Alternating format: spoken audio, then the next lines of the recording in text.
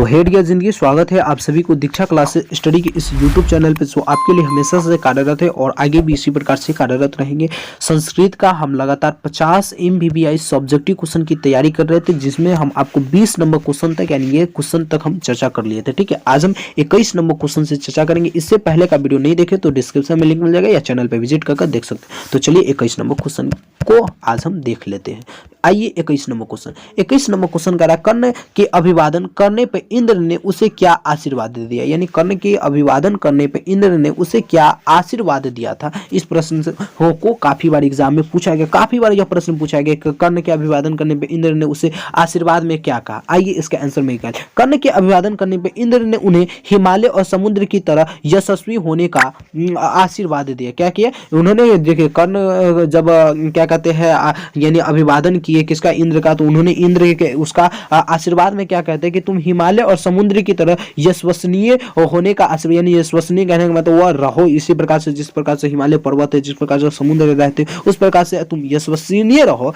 इंद्र कर्ण की दीर्घायु होने के आशीर्वाद देते हुए, यानी इंद्र क्या किए कर्ण को दीर्घायु होने का आशीर्वाद देते तो युद्ध में कर्ण की मृत्यु संभव नहीं थी। देखिए कह रहा है कि अगर इंद्र कर्ण को अगर दीर्घायु होने का आशीर्वाद देते ना, तो जो युद्ध हो रहा था उसमें कर्ण की मृत्यु संभव कभी भी हो ही नहीं सकता था। लेकिन ऐसा क्या, यह आशीर्वाद नहीं दिए। कौन? इंद्र आशीर्वाद कर्ण को नहीं दिए। इंद्र जानते थे कि कर्ण के युद्ध में मरना अवश्य भावी है। यानी कहने का मतलब इंद्र जानते थे कि कर्ण को युद्ध में मरना बहुत जरूरी, अगर युद्ध में न मरेंगे तब तक बेहतरीन तरीका से युद्ध नहीं हो सकता। इसीलिए उन्होंने यानी इंद्र ने कर्ण को क्या आशीर्वाद दिया था, हिमालय और समुद्र की तरह यशस्वी होने का, न कि दीर्घायु होने का। अगर दीर्घायु होने का आशीर्वाद, दीर्घ आयु कहने का मतलब बहुत सालों तक जीव, अगर ऐसा वो कहते हैं ना कि अगर आशीर्वाद दे देता तो वो उसका मृत्यु युद्ध में हो ही नहीं सकता था। ठीक है, चलिए आइए अब हम 22 नंबर क्वेश्चन देख लेते हैं। 22 नंबर क्वेश्चन बहुत ही टॉप क्वेश्चन, यह भी क्वेश्चन है, काफी महत्वपूर्ण क्वेश्चन है। देखिए बहुत ही टॉप क्वेश्चन है। कह रहा अलस कथा पाठ के आधार पर बताइए कि आलसी पुरुष को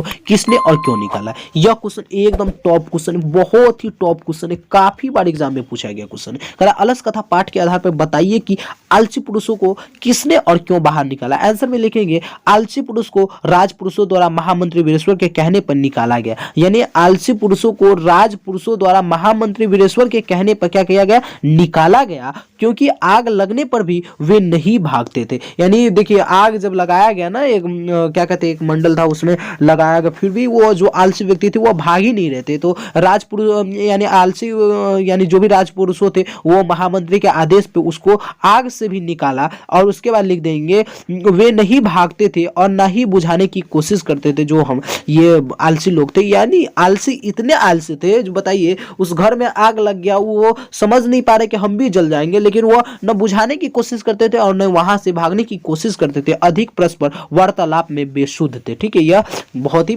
यानी क्या कह सकते हैं ना कि आप लोग यानी आलसी व्यक्ति ऐसे व्यक्ति थे ना जो कोई कार्य ही नहीं करते थे, सिर्फ उसको खाना मिलता था, वस्त्र मिलता था राजा के द्वारा, वो तो करते थे। लेकिन राजा बहुत ही क्या कहते हैं दानवीर व्यक्ति थे, तो उन्होंने क्या किया, और दया करने वाले व्यक्ति थे, तो उन्होंने क्या किया, इस सबको राजपुरुषों का यानी आदेश दिया कि नहीं चलो आलसियों को भी उस आग से निकाल दो, तो निकाल दिया। चलिए अब देख लेते 23 नंबर क्वेश्चन। आइए 23 नंबर क्वेश्चन कह रहा है कि भारतीय जीवन में संस्कार का क्या महत्व है। भारतीय जीवन में संस्कार का क्या महत्व है, यह भी क्वेश्चन काफी टॉप क्वेश्चन है। ऐसे तो हम पूरा 50 क्वेश्चन देख रहे हैं ना जो काफी टॉप क्वेश्चन है, लेकिन कोई कोई बहुत ज्यादा टॉप है, इसलिए बता देता हूं कि काफी ज्यादा टॉप क्वेश्चन है। आइए इसके आंसर में लिखेंगे भारतीय जीवन में संस्कार का महत्व बहुत अधिक है। संस्कार का पालन से ही व्यक्ति का निर्माण होता है, यानी संस्कार के पालन से ही क्या है, व्यक्ति का निर्माण होता है। संस्कार का उचित समय पर पालन करने से गुण बढ़ते हैं, यानी संस्कार का अगर हम उचित समय पर पालन करते हैं तो इससे क्या हमें गुण बढ़ता है और दोषों का नाश होता है। जो भी हमारे अंदर दोष होते हैं यानी जो भी गलतियां रहता है उसका नाश होता है। भारतीय संस्कृति की विशेषता संस्कारों से, यानी भारतीय संस्कृति की विशेषता क्या, संस्कारों से। इसीलिए कहा जाता है कि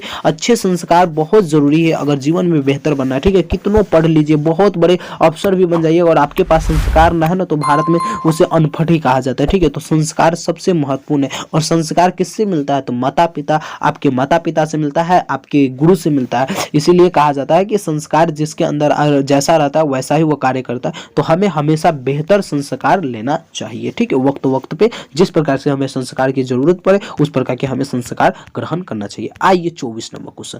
24 नंबर क्वेश्चन कह रहा है निज मनुष्य कौन है, पठित पाठ के आधार पर बताइए। अब देखिए कह रहा है निज मनुष्य कौन है, पठित पाठ के आधार पे बताइए। आप लोग चैप्टर पढ़े होंगे, उस पाठ के आधार पे बताना है कि निज मनुष्य कौन है। इसके आंसर में लिखेंगे निज मनुष्य का अभिप्राय निम्न जाति के में जन्म लेने वाले व्यक्ति से नहीं जो बिन बुलाने पर भी किसी सभा में प्रवेश करते। कह रहा है क्या कि निज मनुष्य का अभिप्राय निम्न जाति के जन्म लेने वाले से भी नहीं है जो बिन बुलाए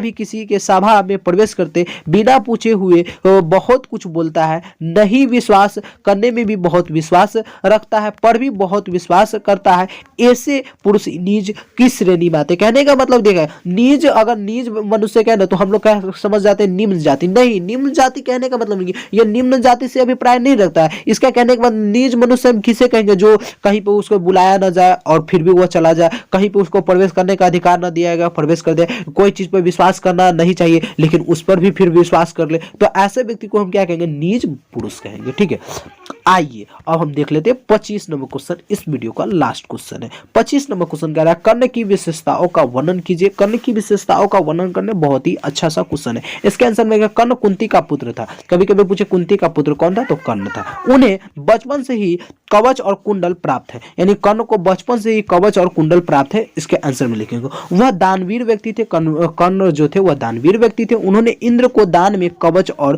कुंडल दे दिया। जो ये क्या कहते हैं कर्ण थे, उन्होंने क्या किया, इंद्र को दान में कवच और कुंडल दे दिया। तो इस प्रकार से कर्ण की विशेषताओं का हम वर्णन कर सकते हैं। तो आज हम पूरा 25 क्वेश्चन की तैयारी कर लिए, यानी लगातार 5 वीडियो में 5 गुने 5 यानी 25 क्वेश्चन की तैयारी कर ले। अब हमारा 25 यानी 50% सब्जेक्टिव क्वेश्चन की तैयारी करना बाकी है। तो आप लोग जुड़े रहिए हमारे साथ और यूं ही तैयारी कीजिए, क्योंकि आपके साथ दीक्षा फैमिली है और दीक्षा फैमिली जब तक आपके साथ रहेगा आपकी तैयारी में बाधा नहीं आ सकता। ठीक है, तो चैनल को सब्सक्राइब कर लेंगे नए बच्चे जितने भी होंगे, और वीडियो को लाइक सब्सक्राइब एंड कैसा लगा वीडियो कमेंट बॉक्स में बताते रहिएगा। ठीक है, फिर मिलते हैं अगले वीडियो में, जब तक के लिए जय हिंद जय भारत।